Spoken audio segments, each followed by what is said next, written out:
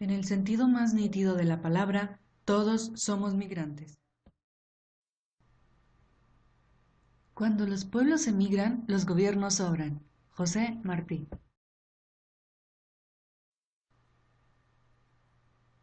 Carlos Manuel Valdés, maestro y excelente historiador local, en el prólogo al libro Saltillo, documentado 2001, comenta que la llegada de los inmigrantes no es una novedad porque Saltillo se destacó desde su misma fundación como un lugar que acogía a personas y grupos étnicos distintos.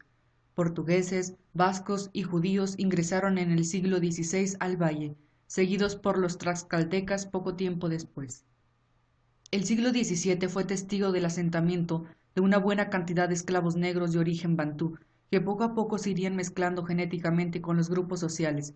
Para el siglo XIX llegarían norteamericanos, irlandeses e italianos, y empezando el XX, Saltillo sería el arribo de un buen número de palestinos, chinos, franceses y de muchos otros pueblos del mundo. Fin de la cita. Ahora, en nuestra ciudad es común ver gente de muchas partes del mundo. Por eso, en el sentido más nítido de la palabra en cualquier parte del planeta, todos somos migrantes.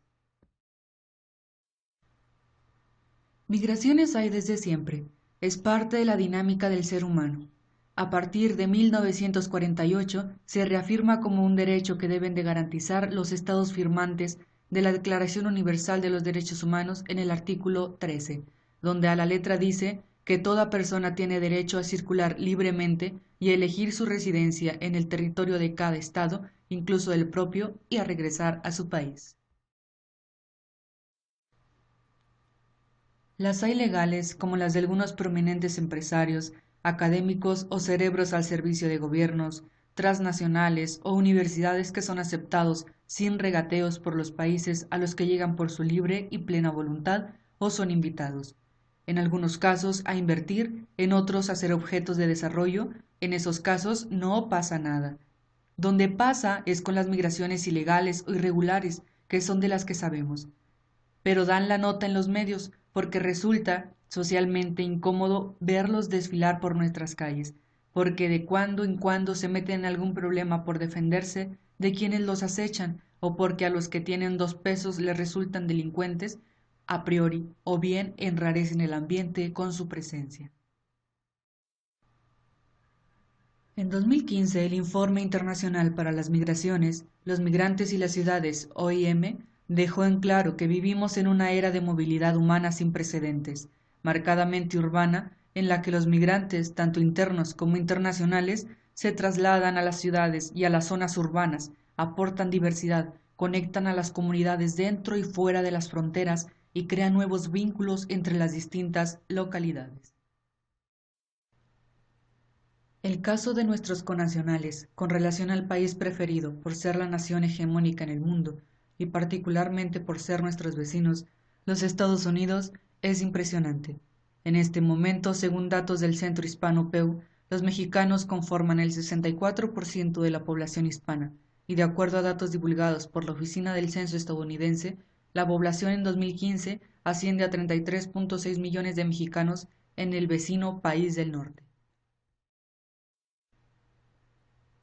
Como bien se sabe, el estado con mayor número de migrantes mexicanos es California con 12 millones, le sigue Texas con 9 millones.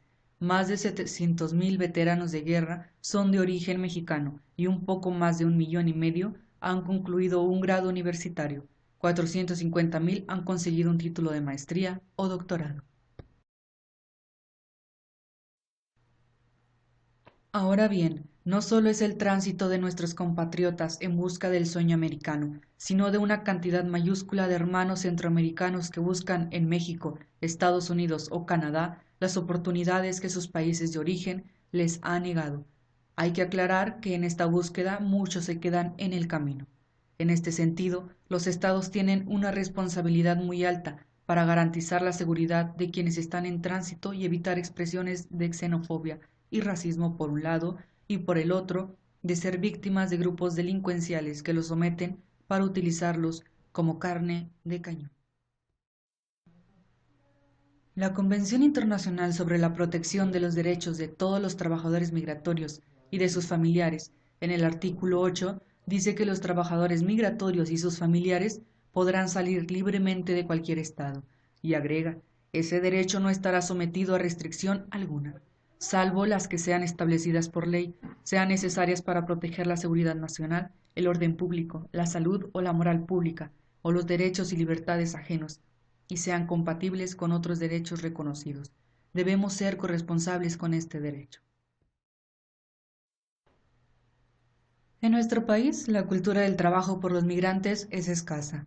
Hay ejemplos como el caso de Alejandro Solalinde, director del albergue Hermanos en el Camino, en el sur de nuestro país, que proporciona asistencia humanitaria y orientación a los migrantes centroamericanos y sudamericanos que pasan por territorio nacional en su tránsito a los Estados Unidos, o el caso de las patronas en Veracruz, que son un grupo de mujeres que desde 1995 prepara comida todos los días y la lanzan a los migrantes que viajan sobre el tren de carga La Bestia, haciendo un trabajo por demás sobresaliente. Un caso similar en el norte del país con sede en nuestra localidad es Pedro Pantoja, quien estuvo desde temprana edad marcado por el activismo político de César Chávez. La Posada del Migrante Belén, en la que tiene su centro de operaciones, alberga migrantes centroamericanos. Fue asesor de movimientos obreros en los años 70. Pantoja es un ícono del trabajo por los migrantes. Ha recibido más de 50.000 en la última década en la Posada del Migrante. Su centro y el albergue son un ejemplo que debiera ser replicado, se debe de replicar en muchos lugares del país. Otro personaje importante en el escenario de la defensa de los derechos de los migrantes es Alberto Jicotencat, psicólogo social, director de la Casa del Migrante de Saltillo. Su trabajo consiste en ofrecer ayuda humanitaria a los migrantes a su paso por esta ciudad y les proporciona apoyo con legal. Documenta casos de violaciones a los derechos humanos y defiende el derecho al libre tránsito, al debido proceso, a tener un refugio, a una vida libre de violencia, en fin de quienes pasen por Saltillo y territorio nacional cumplan los objetivos que se han trazado.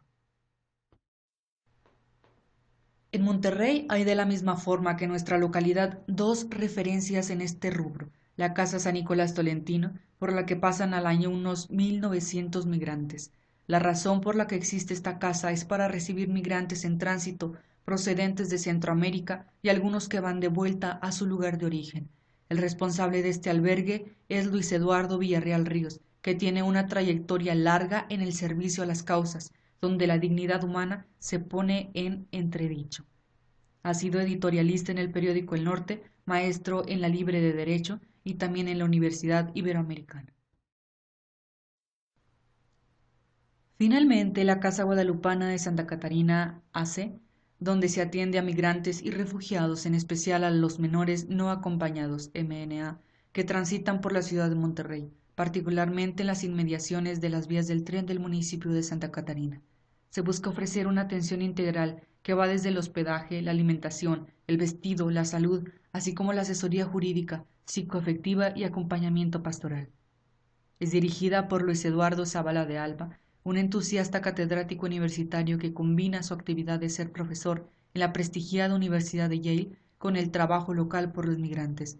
Ha armado un equipo multidisciplinar que comienza a dar certeza y confiabilidad a numerosos migrantes que buscan consolidar la posibilidad de tener un mejor nivel de vida para ellos y sus familias en el futuro inmediato. Hay algunos otros más, pero como decía, son escasos los que se meten a la cabina telefónica, se ponen el traje y luchan por la justicia en el campo de la migración.